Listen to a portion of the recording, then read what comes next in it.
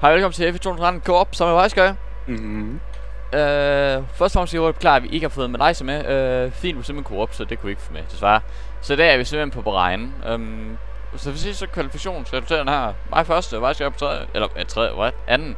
Og Alonso på tredje, sådan der. Så ja, lad os continue.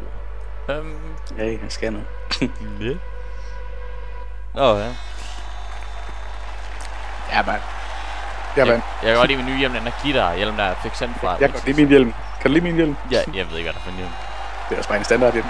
Du kan måske se på det. Ja, så er jeg godt. Det går ind på standard. Det går ind på, at gå ind under en af nogle af de skins, jeg har. Så. Ja, selvfølgelig, men... Jeg kan jo se, når du har lagt videoen op, kan jeg se, om det er den rigtige hjelm, eller... Jeg kan huske, hvis hjelm det er. Jeg synes bare, så, at det var Alonso, der stod ved mig, så... Jeg kan vel have noget, det slog set komme. Vi to stod og krammede på det tidspunkt, i hvert fald på min skærm. Ikke for mig. Ha, gay. Loading. Jeg elsker at loade. Så. Ej, jeg er outqualified. Du har ikke fået nogle penge undervejs. Nu må du sgu komme ind i grej. Nu må du sgu komme ind i kampen. Hvad fanden har jeg lavet? Jeg ved det ikke. Nå, jeg piler på lap 7 siger den. Hvad siger du? 6, 7? 8? Jeg skal lige se. Det ved jeg ikke. Jeg kører til lap 11 på min opsindex, så... det siger vi også, så... Eller lap 12, så får jeg den der... kryds. Og lap 13 så også kryds, så... Jeg tænker bare lap 7, måske 6. Må vi se nu her. Jeg siger lap 10. Hvad fanden er det for nogle settings, vi har ikke pakket færme på, har vi? Park færme rules is in effect. Er du sikker på det? Ja. Hvordan fanden kan jeg så få lov til at vælge skift dæk? Har du ødelagt et sæt dæk måske? Har du punkteret nogen under jeg tager træning, som jeg ikke har vidst? Jeg kan lige hurtigt prøve at se. Ja, jeg har et sæt damage dæk, det er derfor. Nice! Fedt, mand! For helvede. Det er da bare perfekt, jeg har stadig 3 sæt dæk i overskud. Så det vil sige, du kommer til at køre på fuldstændig friske dæk? Jap. Så et sæt prime, som vi hopper på. Ja, den får lov til at stå. Jeg tager lap 7, siger jeg, så finder jeg ud af. Jeg sætter bare min til lap 10, så kører jeg ind, når det er nødvendigt. Det er trælsen pludselig står og blinker med det pitstop skift der. Ja, det er nok godt der. Skal du få det helt ekstra sæt dæk. Det er derfor, du altid skal have åbent DS'en, så det ikke fjolle rundt, når du er kommet over stregen. Det er Greenpeace over på den anden side. Vores grønne generatbox. Klog det generat. Det er så du hænder, det bare står der. Hvis du gerne siger, så kunne du også der har den boks der. Ja, jeg er da også den eneste, jeg har lagt set. Se, det er det her, jeg snakker om. Hvorfor helvede er at du skal holde i yderbanen? Jeg ved det ikke. Hvis jeg har en bedre start end dig, hvad sker der så i første sving? Så siger du... Jeg ved det ikke. Spørg Bernie. Han ved det. Bernie, han er en retard. Ja. Hold op, jeg kommer af mig med der. Nå, Rich, go. Lean, go. Back gear. Yeah! Det start dog. Tak.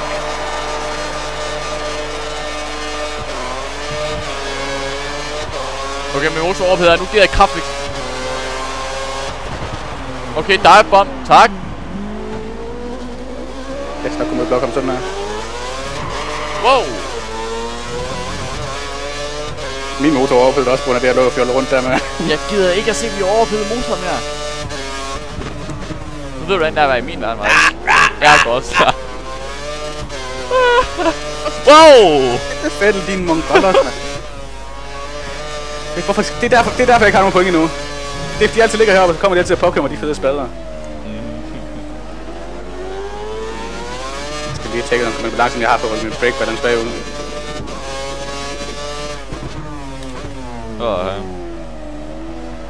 Jesus Christ. Hvad fanden skal jeg få sag på andenpladsen? Hvad? Skal jeg få sag på andenpladsen? Nej, jeg har lige fundet ud af, hvad det var, der var galt med min bil. Jeg var åbenbart kommet til at rykke, brake balance om på front og sætte, fuelen til lean. Det var derfor, den ikke kørte ind, som den skulle, synes jeg. Jeg tænkte rigtig, jeg kunne bremse så skide godt med. Så længe du ikke laver cheaty fuel flow sammen, ligesom du skal gøre så. Jeg forstår ikke, hvorfor det overhovedet skal være noget på fuel flow. Når du må jo kun have 140 lige der alligevel, eller 100 kilo, som det nu er. Jeg forstår den heller ikke helt. Så hvorfor ikke bare sige, jamen du må godt køre med 100 kilo eller 200 kilo i timen, hvis du vil. Du løber bare tør af fuel efter en halv time, så det skal bare sådan med dig. Jeg synes, det er fuldstændig tåbeligt, den der regel der. Jeg forstår den heller ikke helt.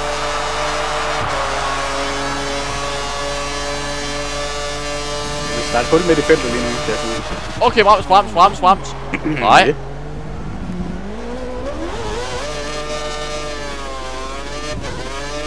Jeg prøver da lige at presse bilen til yderste. Og det var måske vendt. Ej, jeg var ved at slå på kanten. På helt vildt kørende. Der er sgu meget hyggeligt. Der har jeg cyklet ud til på den. Det er sgu en dejlig cykeltur ud gennem skovene derude. Fuldstændig enig. Nu cykler sgu også der. Næ. En gang. Det er da kun for at cykle ned til Shell-tanken for at købe en pose kartofler eller noget eller et eller andet. Kan du købe kartofler ved Shell-tanken? What? Sådan nogle franske kartofler eller noget. Jeg tror, jeg har 2 Red Bull bag mig lige nu. Ja, jeg har hørt fældt bag, hvad det kan stemme. Ja, det bliver jeg udmærket godt, men jeg kan ikke se, om den anden er. Det ligner lidt. Au, bredt. Jeg ligner Red Bull. Min aftale, så var det en Red Bull, så. Red Bull, Ferrari, AMG, Ferrari. Så vidt jeg lige kunne se det, hvordan det så ud. Jeg har jo pludselig kontrol med racing igen, så... Jeg har også kontrol med racing. Så har min telefon med. Fedt. Så tager ikke af, hvis du kan høre den i baggrunden. Du står ligger vi på her. Nej. Ja, godt nok. Okay, det gør så godt nu. Ja, desværre. Jeg kan ikke lige mute min mikrofon lige nu, mens jeg kører, så... Det vil jeg gerne gøre det, eller slukke telefonen. Vi er dejligt overhørt samtalen. Ja, korrekt. Det er mere. Nej. Nu skal vi tage det, jeg sætter. DRS enable. Oh dear. Cars will try to overtake you in when they end. Once they hit it. Whoa! That's what you said one. Så Vettel, han prøver konstant at divebombe, kan jeg ikke sige her noget. Det er pisse irriterende. Ja, men synes han kommer flyvende midt ind igennem svinget og kommer fra inderbanen til yderbanen og... Det er en Weaver. Ligesom hvis det er fra USA, gør. Hvis det bare var så vel.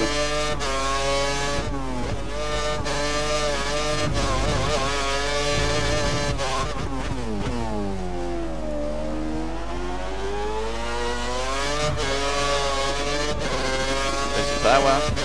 Okay. Log op. Drej. Okay.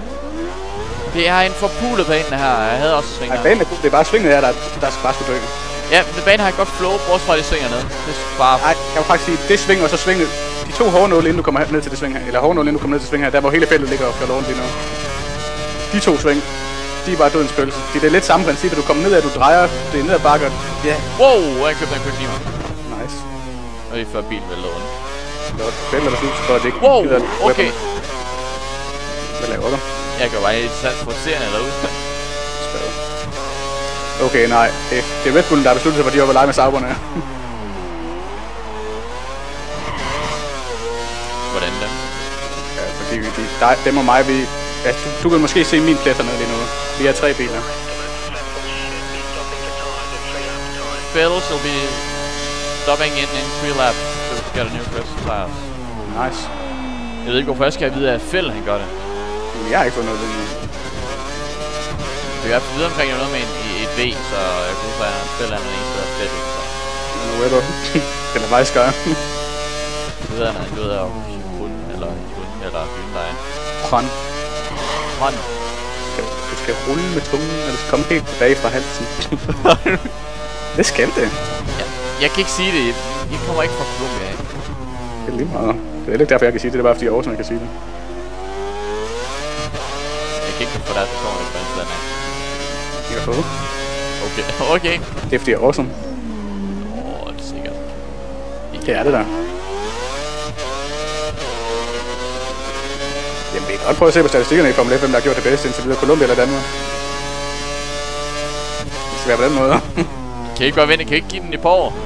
Ja, for det. Det er da hvad, der kommer en ny colombianer ind nu. Det kan det godt være. Det er da hvad, jeg pludselig kommer ind. Det kan være, at jeg begynder at gå til go-kart eller et eller andet. Så pludselig så er jeg jeg tror, det er for sent vejs, og så hvis vi bliver Formel 1. Ja, jeg tror måske, at det er lige senere, hvad fanden er jeg? Bliver 25 år. Måske lige senere, at jeg begynder at overveje at gå ind i Formel 1-karrieren. Det er altså... Det er mange, vil jeg godt køre. Så kan jeg bare køre det mange steder, ligesom Webber. Han kan heller ikke finde ud af at komme med. Nej, han er... Prøv. Der er ikke nogen optræk, der kan finde ud af at komme med, når de kommer i Red Bull. Så taber de fuldstændig. Jeg har fundet ud af, hvorfor jeg egentlig ikke har nogen point endnu. Ah? Det passer på, at jeg kan køre mit første stint. Der ligger jeg på anden plads, ligesom jeg gør nu. Det går pisse godt. Hvad sker der så? 2 sekunder efter, når jeg har været pit, så kommer jeg ned mellem alle pladser nede bag ved Bottas, som en fandelig eller sådan. Og hvad sker der så? Så bliver jeg bare rammet af banen gang på gang og får penalties og pikker over. Det er derfor. Jeg tror, det er derfor. Ja. Det tror jeg. Det virker logisk. Jeg skal ikke tro det gamle kirke, man skal vide. Det er noget, man gør på... toilettet. Nej. Jeg tror, det er noget, man gør i kirken. Hvis man gider at spille sin tid på den slags chat. Kør. No. Køb. Lad være. Jeg kan da vente på mig, der vil lave det. Jeg kører mit løb lige nu. Det ligner bare, du lå kørt røv langsomt lige før, det var der derfor. Jeg passer bare lige på dækkene. Okay. Og så kan man med bilen ligesom en bjørn. Lige så... Jeg kan ikke passe på dækkene. Jeg skal lige pit en gang, så... Og så drifter jeg igennem endnu en gang. Nice. Så jeg bare finde ud af, hvor jeg kan gå. Jeg er sådan sådan set.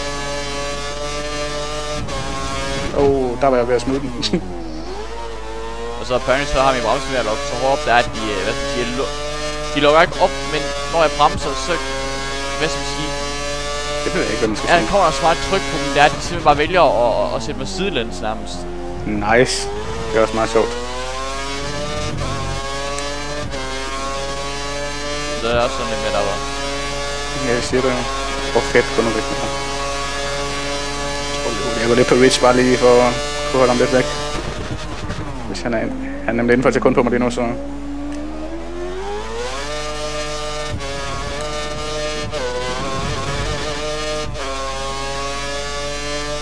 Jeg skal ikke lave større gap ned til dig. Hvad? Jeg skal også ikke have lavet større gap ned til dig, kun 6 sekunder. Altså enten så er jeg blevet en røvgod kører til den bane her, kan den køre den røv godt, eller også så kører du den røv dårligt. Jeg tror, jeg kører den røv dårligt, fordi jeg ligger... Du har været et sted mellem 2 til 4 sekunder hurtigere end mig per omgang, og vi har allerede kørt 5 omgang nu, så... 6. Nej, vi er på 6 omgang. Spiller. No kid,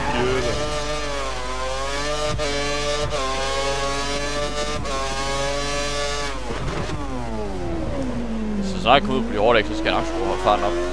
Det kan jeg også sagtens. Indtil videre har jeg kørt hurtigt på de hårddæk, jeg har blivet bløde, så... Ja, så er der, men...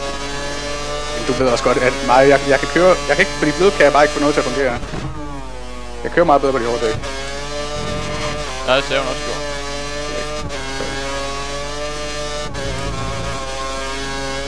Jeg føler, jeg er meget tynd inden for det setup her, så... Jeg føler faktisk, det setup, det fungerer nogenlunde fornuftigt. Udover bremserne hen på de 2 sving, der ellers fungerer det faktisk rimelig godt. Jeg tror så, det er ligegyldigt, hvilket setup jeg laver, så tror jeg ikke, at de sving kommer til at fungere, så... Jeg tror, at folk vil få problemer med dem. Jeg tror i hvert fald, at du skal være god til at køre, for at have ret og pedaler, for at du gøre det der. Ja, det kan også træne, så i sving, så det er rigtig vel. Ja, ret og pedaler. Jeg tror, uanset hvad, så tror jeg ikke, der er nogen i hele verden med det gamepad, jeg har, der vil tage det sving. Det tror jeg simpelthen ikke på. Nice. Nej, ikke engang til. Hvad fanden? Fedt lap hit. De passer også med inden for de næste setup. Box, det slam. Box. Okay. Hold jeres kæft, lorte pit crew. Vi kan se, du låser dine fordæk. Det er nok vandt, det er at rykke bremsen bagud. Den kan ikke komme længere bagud for. Satan.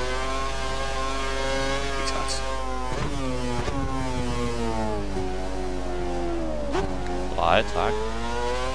Hvad er det? Bare slags bilen. Nice.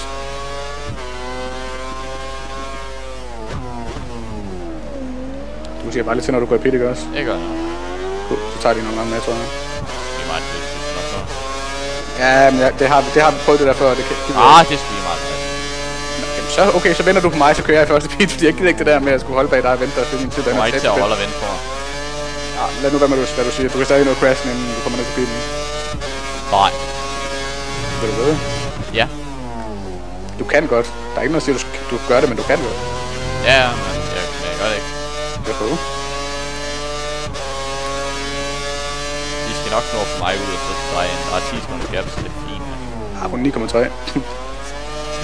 9,310. Same. Ja, det er du skal runde ned. Nu er du fucking ligesom skat, de fede stader, de ikke finder ud af. De heller ikke finder ud af matematik. Og det er altså, det er folkeskolematematik, skal jeg ikke finde ud af. Nå. Ja, men det er det fandme. Jeg skal have nogle penge tilbage i skat. Det er et eller andet beløb, 83. Så runder de det ned. Du runder ikke 83 ned på nogen tidspunkter. Og det er heller ikke om. Så snart den er over halvdelen, så runder... snart den er på 50, så runder du den op, punktum. Hvad fanden fortsætter din nar? Ja. Fortsæt du. Ja. Kan jeg lige så godt det. Jeg håber lidt på, at resten af feltet tager sammen til at gå, sammen og gå i pit nu. Så skal jeg få lov til at rejoin ud på anden, så jeg slipper på. Det gør de. Ja, halvdelen af dem gør. Jamen halvdelen burde være gået i pit sidste omgang også allerede. Derfor nu håber jeg, at alle går i pit. Så kan jeg få lov til at rejoin ud sammen med dig, eller på anden pladsen igen, så jeg kan til at kæmpe med alle de gorillerne bagved.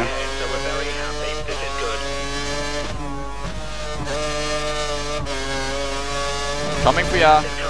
Gå, så jeg gå.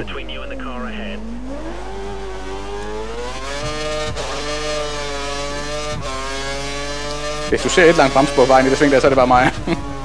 det så jeg så faktisk, så... Det er en stor røgsky, det er også bare mig. Men du har 13 til fælde lige nu. Ja, 13,7. Ja, det er noget med 13.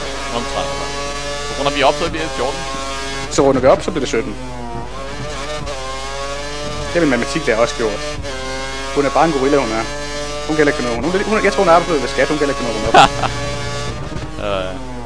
Men tyngdeaktion, den er 9,82, det er den, punktum slut. Der er ikke noget at diskutere.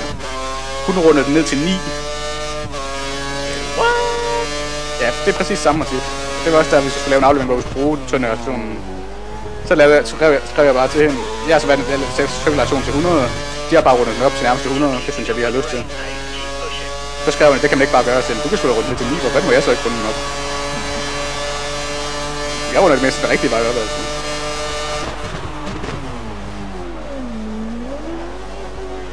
Der er visse ting, man bare ikke runder op, og det er tyngdeaktion og pi, de to ting. Altså konstanter skal bare ikke rundes op, punktum.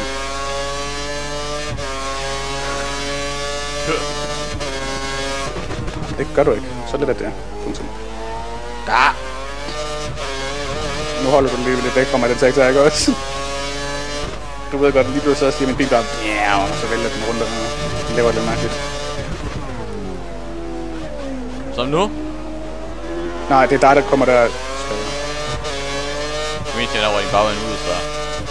Jeg tog efter også igennem svingen, her bremser lidt ned til nu. Nej! Ui. Okay. Tak for det. For God's sake! Han er ikke min der, dog. Det er søde lille gremling. Det er den søde lille gremling fra, hvad hedder det, Snop. Wow, jeg fik også lidt død der. Jeg fik bare overstyring, eller understyring, hvad du skal det. Fan, skal du lukke svingen for mig? Skal du skubbe mig ud? Det er spadet.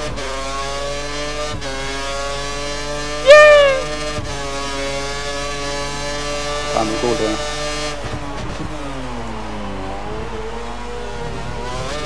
Altså, hvad fanden? Kan de ikke finde at gå i pit, eller hvad fanden laver de spader? De har gået i pit. Nej, de har sgu ikke. Jo, de har sgu så. Det er jeg ikke sikker på. Jeg vil ved med det, Vejs. Ja, okay, så er det bare min, pit crew, der er reserveret. Jeg har set alle sammen med et pit, Vejs, så jeg anbefaler at gå i en pit snart. Ja, jeg skal pit. Jeg skal også pit her nu her på Laptis, så. Hvis du følger mig, så kan du få noget... Det kan jeg ikke. Så slipper jeg bare gassen lidt. Ja, det gør du bare. Jeg tænker, det kommer bare fra mig bløde godt, min bil den er lidt. Dækkene har det ikke skide godt efterhånden. Så også sige, det er blevet bløde dækker, jeg har kørt 10 omgang på dem nu. Om så, Vejs, kom nu. Du skal til væk nu. Du er så god bremsen der og lave til en mærkelig nu, fordi du er en gorilla.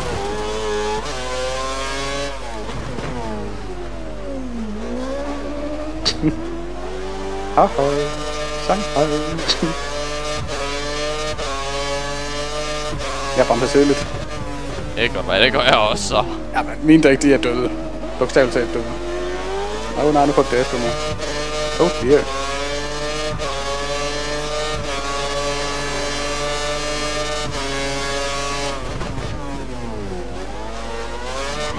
Oh, snap! Oi, det oi! Oh! That's how we do it. Oh, no. No. Hold nu kæft med, at jeg skal bokse. Jeg ved godt, jeg skal bokse. Jeg prøver at bokse med stilen lige nu. Det må jeg jo heller ikke ud. Fantastisk team kom det der. Det var bare en rytter, du. Hvorfor? Jeg kan ikke notere, det var ikke noget smart. Okay, der, og jeg får sådan en... What? Det er så mærkeligt. Kørte du lige sidelæns ud, eller lavede du? Ja, tæt på. Min bil hoppede op i luften, så jeg kørte til i luften, ja. Og lad os lige tage lidt på lige, så det går sådan. Der kommer Vettel ud på langsiden. Kom nu... Run in the pit. Selvfølgelig er pitten. Fuel standard igen. Kom nu, der kommer Vettel endnu. Nå, du har taget det der. Øj. Jeg bliver taget af Vettel og... Der er det Webber der. Ja, det var jo Massa. What? Massa er jo bare foran Vettel. Så det er Sauber, Red Bull, Ferrari, Sauber, Red Bull, Ferrari lige nu. Good. Nice. Jeg tror på dig, Hvad er det mig? Ja, jeg tror på dig. Se, det er det der jeg snakker om. Så snart pitstoppene kommer, så går det galt. Så er der ikke nogen, der bare... Nu valgte du så også at trække den til åndssvagt lang tid. Det er lige meget. Dengang var det i din egen farhal. Det er jo gyldigt til hvad jeg siger. Ja, det kan du ikke starte, det du siger. Det er kun 12 år. Nej. Jeg får ud. Det er John. Hold kæft. Så er der 2 AMG'er bagved. Wow. Nogle de kører, så de virkelig bare ikke lige en, ligesom Fabio Rappe. Det må ikke lige en. Ha, på dem. Han kæft var jeg med sur efter at spænde af Fabio Rappe der. Hold kæft, det koster. Det var bare dumt. Jeg ligger til at få andenpladsen, men i realiteten så kunne jeg have fået andenpladsen også i ligaen. Og hvad skal man sige, og jeg ikke... Ja, du vendte jo med at gå i pitstop til allersidste øjeblik, i stedet for at tænke lidt på din dæk, og så gå ind lidt før, så du ikke tabte tid. Jamen, jeg sad jo og tog en kamp med mig selv på lap 24, mener jeg det bare. Skal jeg gå ind i pit nu? Eller skal jeg håbe på dækkene og holde op på det tidspunkt, da jeg lignede dækket sagtens skulle holde?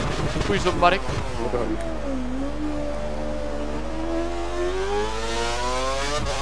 Men så pittet der 6K, han også havde pittet af. Vi har den gjort at købe noget slisje. Og så var foran går det jo også, så...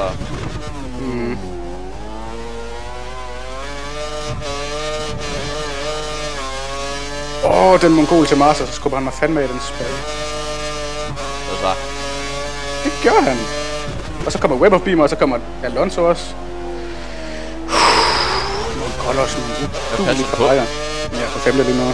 Var jeg forbi Webber igen.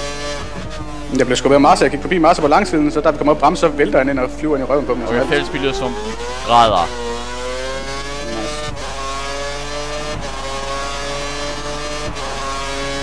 Op til en backmarker nu. Nice. Det er faktisk ikke mig.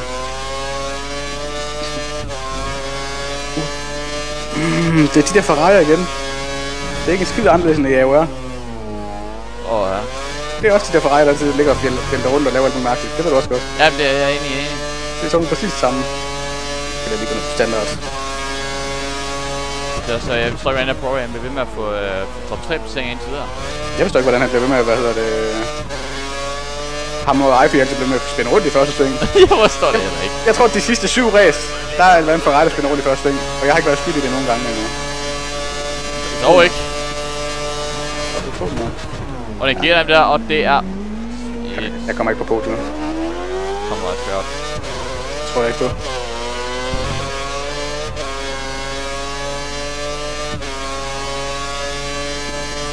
Ikke med mindre enten Vettel eller Massa går i pit igen, så... Eller laver en anden stor fejl. Ligger du og kører bag en backmarker bare for at irritere ham? Nej, jeg skulle forbi ham. Han er... Jeg lavede en nok op, så jeg er forbi ham. Nice. Det var Charles Pick. Nice. Det var, det giver lidt tid der, at hvis vi skal ind anden, så kommer en backmarker også. Ja, men så jeg skal også tage forbi backmarkeren og dem. Det er ikke. Jeg håber det. Jeg håber det simpelthen, du. Det er godt nok irriterende, det her. Det er rundt, der er udulig Ferrari, altså. Jeg hader Ferrari'erne.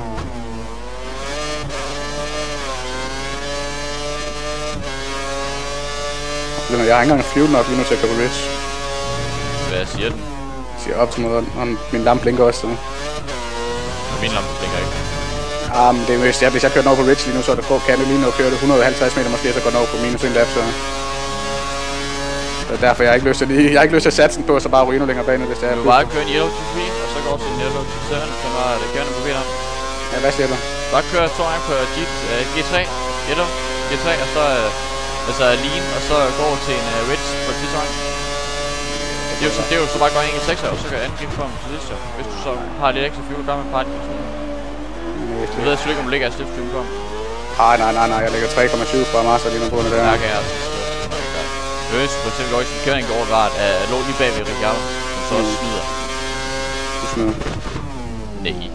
Så er final lap. Wow.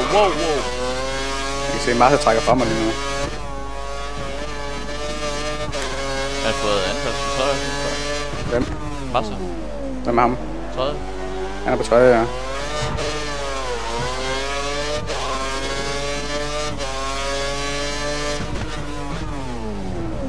Okay, nej. Så... Det sker for at Charles Pick, han har begge mange, jeg tror, man siger sådan. Det kan være, han er crashet nu. Det kan godt være, eller Sauron ikke, eller Sauron. Og Russen ikke er skade mere. Jeg tænkte bare, ej, det er lige meget, det er lige så bare køre pit. Ja, det var synd på Marcus Eriksen i under Australien, var den kunne stoppe på en meget motoren, den overblevet med olie, eller med olie, presset der bil der. Sådan det er jo nogle gange. De når ikke engang op til backmarkeren, så... Der skal et crash til nu fra en af de to spader, før jeg kan få en podieplads på det her.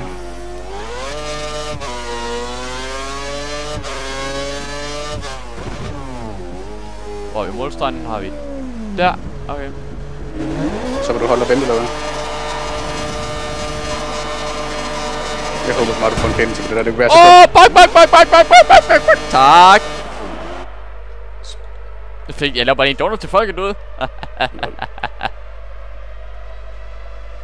Her. Og en af ret valgte jeg ikke og Nå, det gør masser så. Okay. Det var hurtigt, ja. Fail. Du er en fail. Jeg troede ikke folk var så tæt. Fair nok. Når du fik en... Nah, come on, nice. Hvad siger tabellen? Pas. Det får jeg ikke se. Okay, fair nok. Legit. Fik jeg en lille donut derude. Jeg er skuffet. Kan se, jeg står og ryster på hovedet. Ja, woo! Yeah! Get in there! Hvorfor fjerner det? Hvorfor? Okay. Så vil sige, jeg er en Sauber, jeg kom valget på anden plads. Det er flot nok i en Sauber. Så får jeg en fjerde plads bag ved en Ferrari og en Red Bull også. Med en Ferrari og en Red Bull bag mig. Og 2 AMG'er endnu længere bag mig. Hvorfor fanden er han skuffet? Og vil have fjernet kameraet fjernet? Ja, det forstår jeg ikke helt. Fint. Ja, i realiteten vil jeg jo mene, så 4% for Sauber, det vil jo være drømmescenariet, ja. Ja, jeg vil så sige, især når en første og en fjerde plads. Det er da fuldstændig fantastisk, ja. Nå, så kan det Catalonia er næste løb kommer til at køre, så... Jo, jeg kunne lide det. Noget siger også? Nej. Nej, okay, fair nok. Jamen, vi ses snart igen. Ja.